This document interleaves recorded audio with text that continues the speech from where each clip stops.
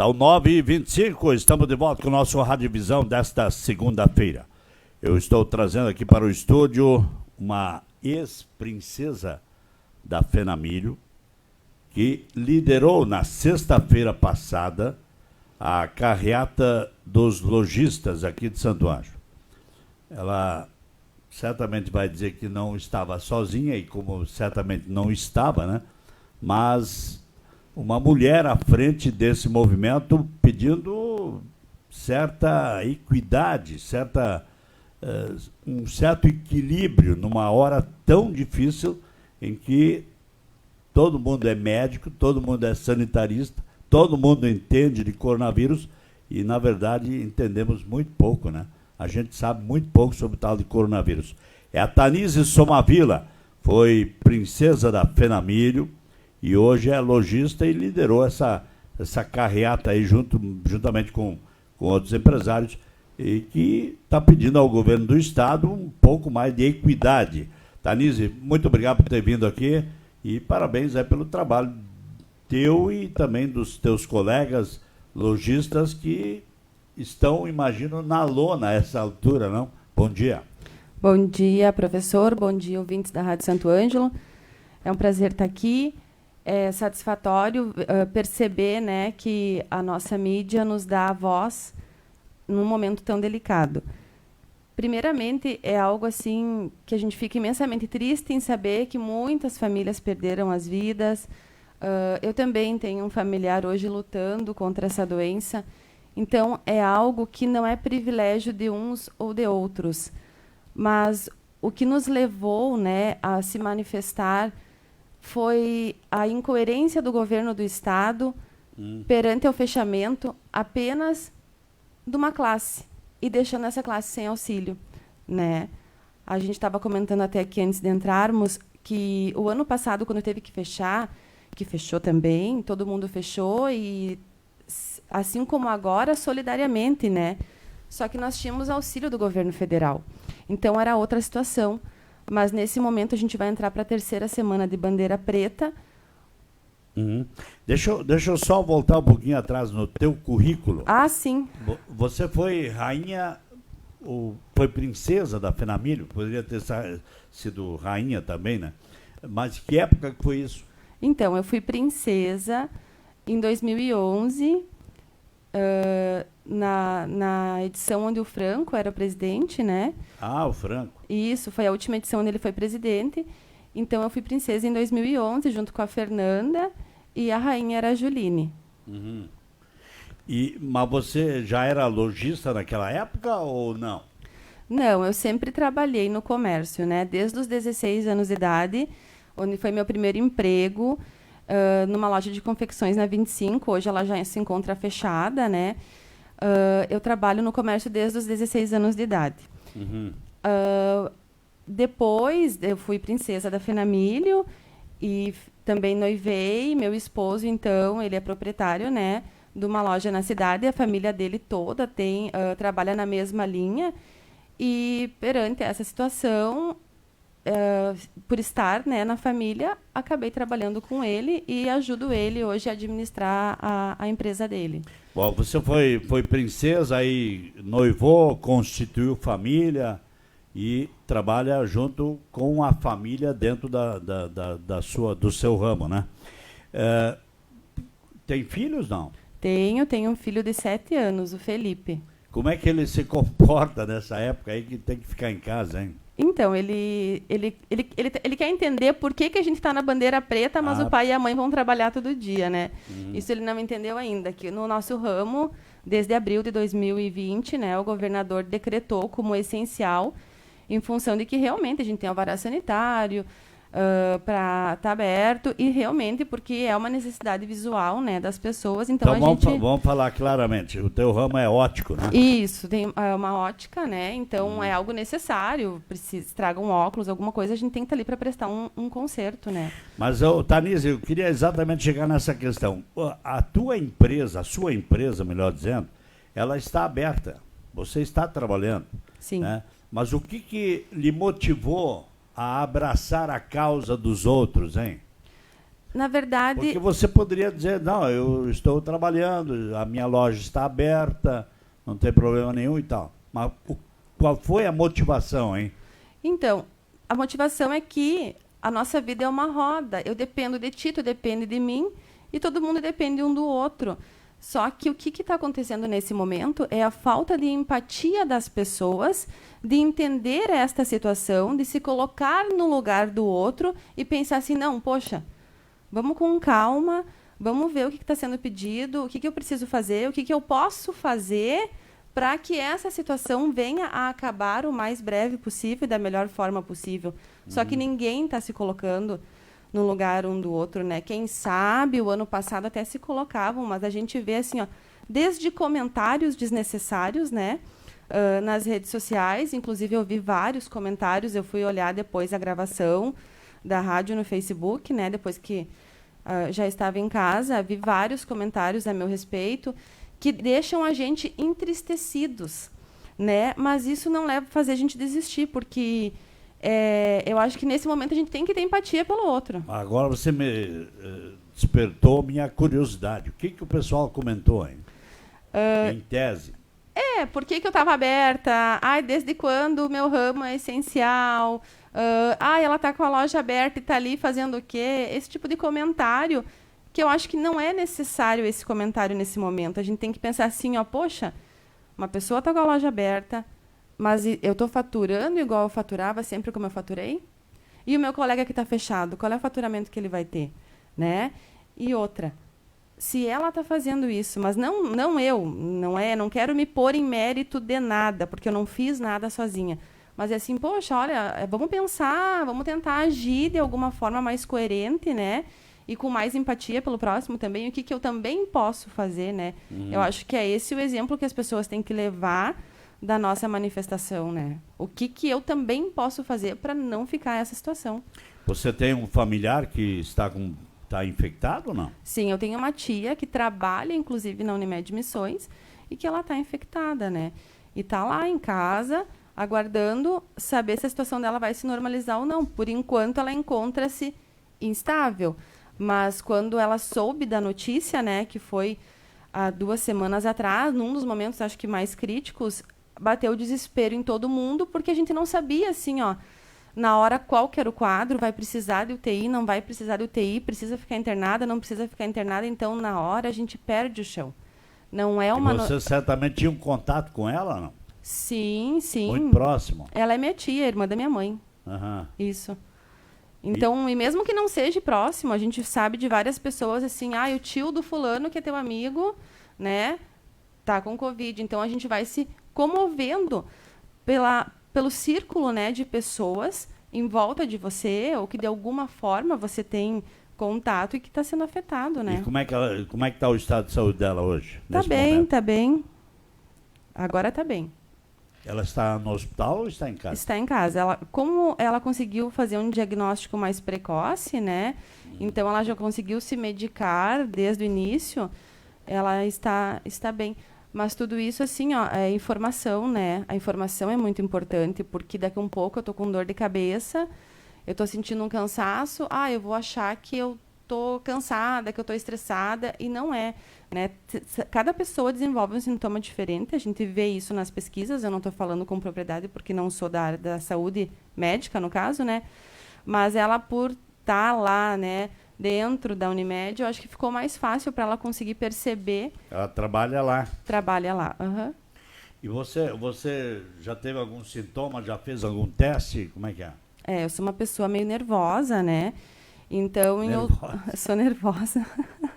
Em outubro do ano passado, eu me engripei, porque eu tomei banho, lavei os cabelos e fui sentar, tomar mate na área, assim, tipo menina nova, sabe? E me engripei. E daí aquela gripe foi 1, 2, 3, 4, no 5º dia eu comecei a entrar em desespero, daí começava a me faltar ar já, porque daí eu começava a pensar que podia ser. E quando eu pensava que podia ser, me dava uma falta de ar, me dava uma sensação horrível de que eu ia morrer, e daí eu disse, não, vou lá fazer o teste por desencargo de consciência, porque eu tinha ciência de que eu estava gripada pelo que eu fiz. né? Que foi tomar banho e ficar sentada na laje de cabelo molhado. E aí achou que era coronavírus. E daí, claro, daí vai bater num desespero. É bem, bem ruim. No meu caso, que sou nervosa, né? Você tem síndrome de pânico ou não? Não, não tenho. Só atacadinha. Dá uma olhada nisso. Síndrome de pânico. Você acabou de falar que você tinha medo de morrer. Na verdade, se eu tivesse gripada normal, eu não teria, né? Mas daí com a função do Covid, daí tu vai pra televisão, daí na televisão é só tristeza, daí tu vai ficando doido. O primeiro pânico de quem tem síndrome de pânico é o pânico de achar que vai morrer. Não, mas era só por causa da doença. Tá certo. Bom, mas qual é, digamos assim, o objetivo maior dessa carreata, hein? Assim, ó. Devido às incoerências, né, que a gente vê por parte do Estado, fica difícil tu pedir para... a gente quer reabrir o comércio. O principal pedido não era reabrir o comércio. O principal pedido é poder trabalhar de alguma forma, né? Ou, então, não pode mesmo trabalhar, o nosso pedido era que o lockdown fosse feito da maneira como ele tem que ser feito, do principal objetivo dele, que é fechar tudo, né? Bandeira preta, é fechar tudo, não se vê ninguém na rua, tu não precisa sair para nada, né? Porque, com certeza, se o senhor abrir o seu armário, o senhor tem comida para ficar no mínimo 7 dias em casa, né? Não Então, a gente parte do pressuposto que se é lockdown é para ficar em casa, não precisa funcionar nada. Nada, nada, nada. E a farmácia pode trabalhar com teleentrega, né? A porta fica fechada, você liga e pede para vir um remédio, porque é uma coisa realmente essencial, né? A senhora acha que fechar tudo por um certo período, digamos 8 dias, 10 dias, seria uma saída nesse momento do pico do coronavírus? Eu não tenho propriedade para dizer que eu acho que isso é certo. O que a gente pede é coerência por parte do Estado, porque se é para ser lockdown, tem que ser lockdown. Ele não pode ficar brincando com o povo. Porque o que a gente vê? Vamos ser sensatos, né? O que a gente vê? Tu sai no centro, daí a gente tem o essencial aberto, né? A farmácia está aberta, daí ela vende salgadinho. Daí o barzinho lá do bairro não pode, está aberto e não pode vender o salgadinho. Isso é incoerente. Então, a gente pede que o governo seja coerente e que, se ele acha, porque quem está achando que fechar é a solução é o governo, eu não tenho propriedade para achar isso. Se o governo acha que é assim, que seja feito da maneira certa, né? E daí a gente acha que é certo que tudo feche, né? Não metade da... Porque se tu passar...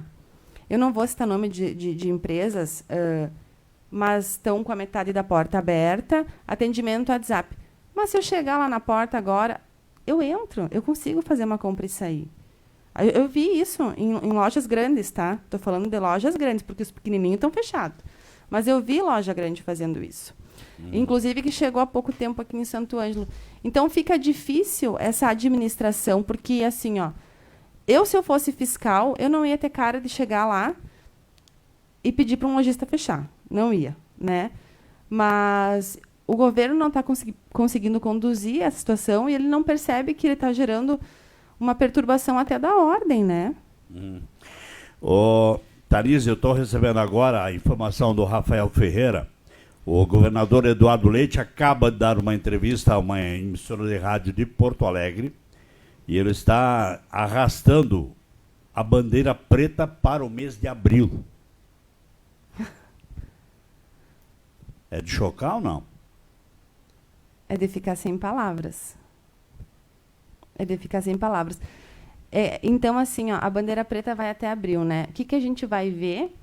A gente vai ver empresas fechadas, mas a gente vai ver famílias circulando no centro, né? Porque na sexta-feira do 5º dia útil, o centro estava intransitável. Tu chegou a andar? Eu tenho andado. O que me impacta é ver as pessoas caminhando no final de tarde, mulheres, homens e mulheres, e pouca gente usando máscara. Isso é um convite ao coronavírus, né? É uma falta de consciência, né? Eu acho que a gente tem uma falta de consciência, porque, assim, ó, o vírus, ele está agora, ele está aqui, né? Então, a gente não precisa convidar mais ele já está aqui. Eu acho que é uma falta de consciência. Deixa eu colocar o Rafael Ferreira na área aqui. Rafael, Bom dia, Rafael. A informação que você acaba de me trazer é que o governador está sinalizando com bandeira preta no mês de abril ainda? Bom dia, Luizoc, Tanice, ouvintes do Rádio Visão. Ele acabou de conceder uma entrevista à Rádio Gaúcha, lá em Porto Alegre, e dizendo que a bandeira preta, segundo os dados que o governo tem hoje, deverá seguir por mais algumas semanas. Ou seja, mais algumas semanas já é abril, né? Então, a ideia agora é que pelo menos volte o chamado modelo de cogestão, né? Onde os municípios podem adotar protocolos imediatamente à bandeira anterior. No caso aqui, quem está em bandeira preta adotaria os protocolos de bandeira vermelha. Só que o governo também sinaliza com mais restrições aí, meio à bandeira vermelha, que ainda não foram divulgadas. Ainda é preciso aguardar, porque a cogestão deve voltar agora segunda-feira, dia 22, mas antes disso o governo deve anunciar essas medidas aí, novos protocolos também na bandeira vermelha. A gente não sabe quais, mas o governo deverá fazer esse anúncio aí durante esta semana. E a preta, então, deverá permanecer aí por mais algumas semanas no estado, segundo sinalizou aí o próprio governador Eduardo Leite. Sinalizando isso. E, aliás, os números estão sinalizando mais ou menos isso, né? Porque não está havendo um recuo, né, Tanice? Não, então, exatamente isso que a gente conversava entre o nosso grupo que estava organizando a carreata, era exatamente isso. Ele botou bandeira preta, ele fechou o comércio, diminuiu? Então não está sendo eficiente esse método dele. É isso que a gente está pedindo. Que se ele vai usar um método, que ele veja realmente como é e que seja eficiente. Se não for, vamos reavaliar e ver qual que vai ser o melhor caminho. É preocupante. Todo mundo tem medo. Não é porque, eu vou abrir que eu não vou ter medo.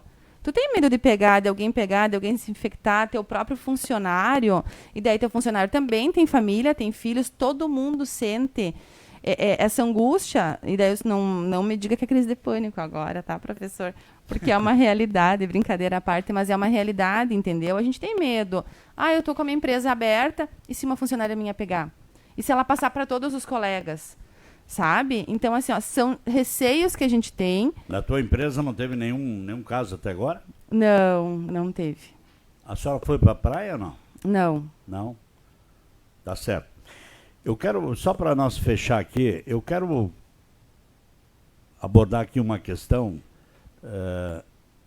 para saber se, em meio a essa pandemia, essa sua liderança de organizar essa carreata,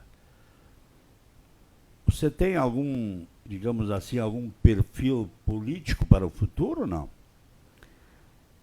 Se eu tenho, ele está guardado, não desenvolvi isso ainda, mas quem sabe, mas a minha intenção não é essa, né? Porque eu tenho uma história minha de adolescente, a qual eu fico meio rebelde com a política, porque o meu pai gosta muito, muito de política, o sonho dele era ser vereador, ele tentou várias vezes, não conseguiu. E isso me prejudicou na minha adolescência, né? Então, mas como assim? Como assim? O fato de teu pai querer ser vereador prejudicou você na adolescência, por quê? Isso, porque na verdade assim, tu tem que investir dinheiro para te ganhar, certo? Se tu não investe, tu não ganha. Então ele investiu o dinheiro. E de certa forma, eu era adolescente, eu entendia que aquele dinheiro era da nossa família, ele não tinha que estar investindo por um sonho dele. Então eu fiquei rebelde com isso, não consegui me tratar disso ainda. Então por isso que eu acho que eu não gosto de política, que eu não pretendo ser política.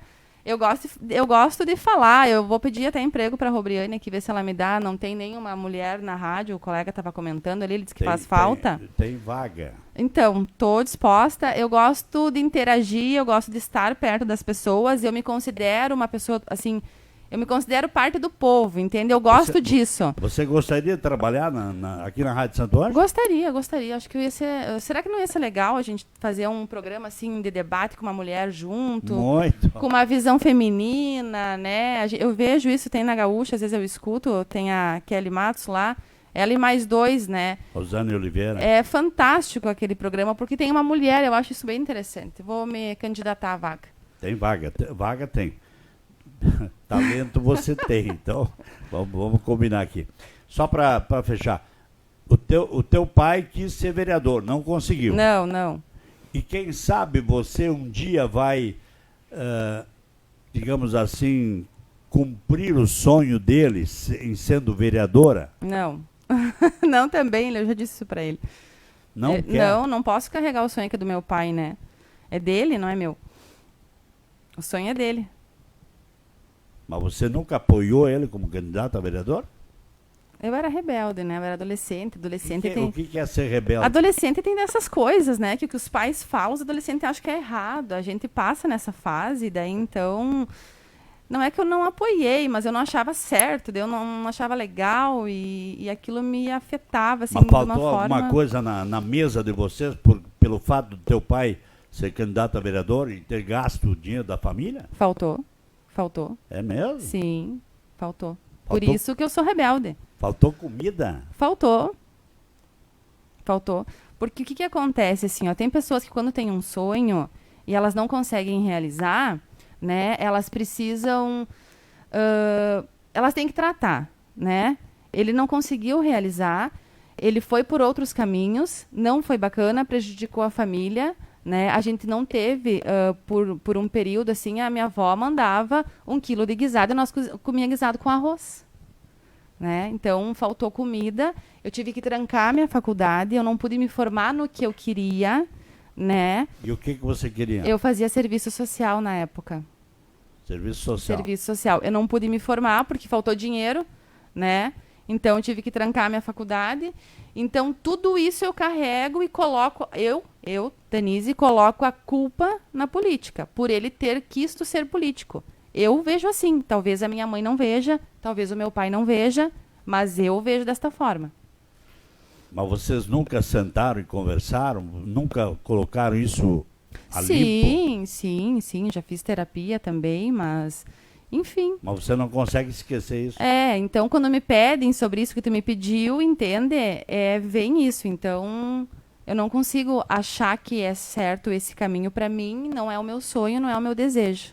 Não é teu sonho, por exemplo, ser vereadora, prefeita, coisa parecida? Não é. Posso ajudar, entendeu? Eu gosto de ajudar as pessoas. Eu gosto de ajudar. Porque minha família já recebeu ajuda. Então, eu gosto de retribuir, eu gosto de ajudar. Mas isso não me leva a ter o sonho de ser vereadora, de ser... Mas você não poderia, então, ajudar teu pai agora a realizar o sonho dele? Não, infelizmente, daí esse sonho é dele. Eu posso ajudar ele de outras maneiras, com outras coisas, mas não a realizar o sonho dele. Mas toda vez que faltava comida na mesa, você direcionava a culpa para o teu pai que gastava o dinheiro em política, é isso? Com certeza. É mesmo? Ele sabe disso, a gente já conversou sobre isso, como tu perguntou anteriormente, né? Então, isso é uma página que a gente virou já, graças a Deus, né? Hoje a situação deles é muito boa, né? Ele mesmo fala, assim, que hoje, que ele queria ter hoje, a visão que ele tem hoje para a empresa que ele com também 20 tem. anos de idade. Porque... Todo mundo quer ter isso. Ele também Todo tem... mundo quer ter a experiência de hoje, mas com 20 anos de idade. Exatamente. Voltar no tempo que não dá, né? Exatamente. Então, hoje é outra situação, né? Eles estão bem, graças a Deus. Minha mãe tem uma empresa, meu pai e minha mãe tem uma empresa de festas que está fechada também por causa da pandemia, né? Mas eles estão bem. E você perdoaria teu pai? Não, ele já é perdoado, meu Deus, o pai é o amor da minha vida. Você tem uma boa relação com ele. Graças a Deus, eu não faço nada sem chamar meu pai. Assim, ó, que nem eu te falei, né? Eu era adolescente, eu era rebelde. Então, hoje eu tenho outro entendimento, né? Mas esse meu novo entendimento não me leva a querer ser política, tá? Mas o meu pai é a minha vida. Eu falo primeiro com ele, às vezes, do que com a minha mãe. Teu pai tá te ouvindo ou não? Acredito que sim.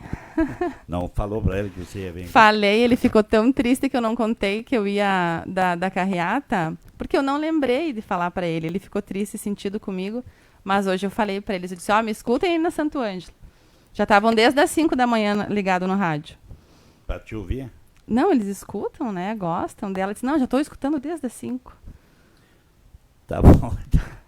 Eu vou te colocar frente a frente com a dona Robriane para nós ver se conseguimos... Uma vaga?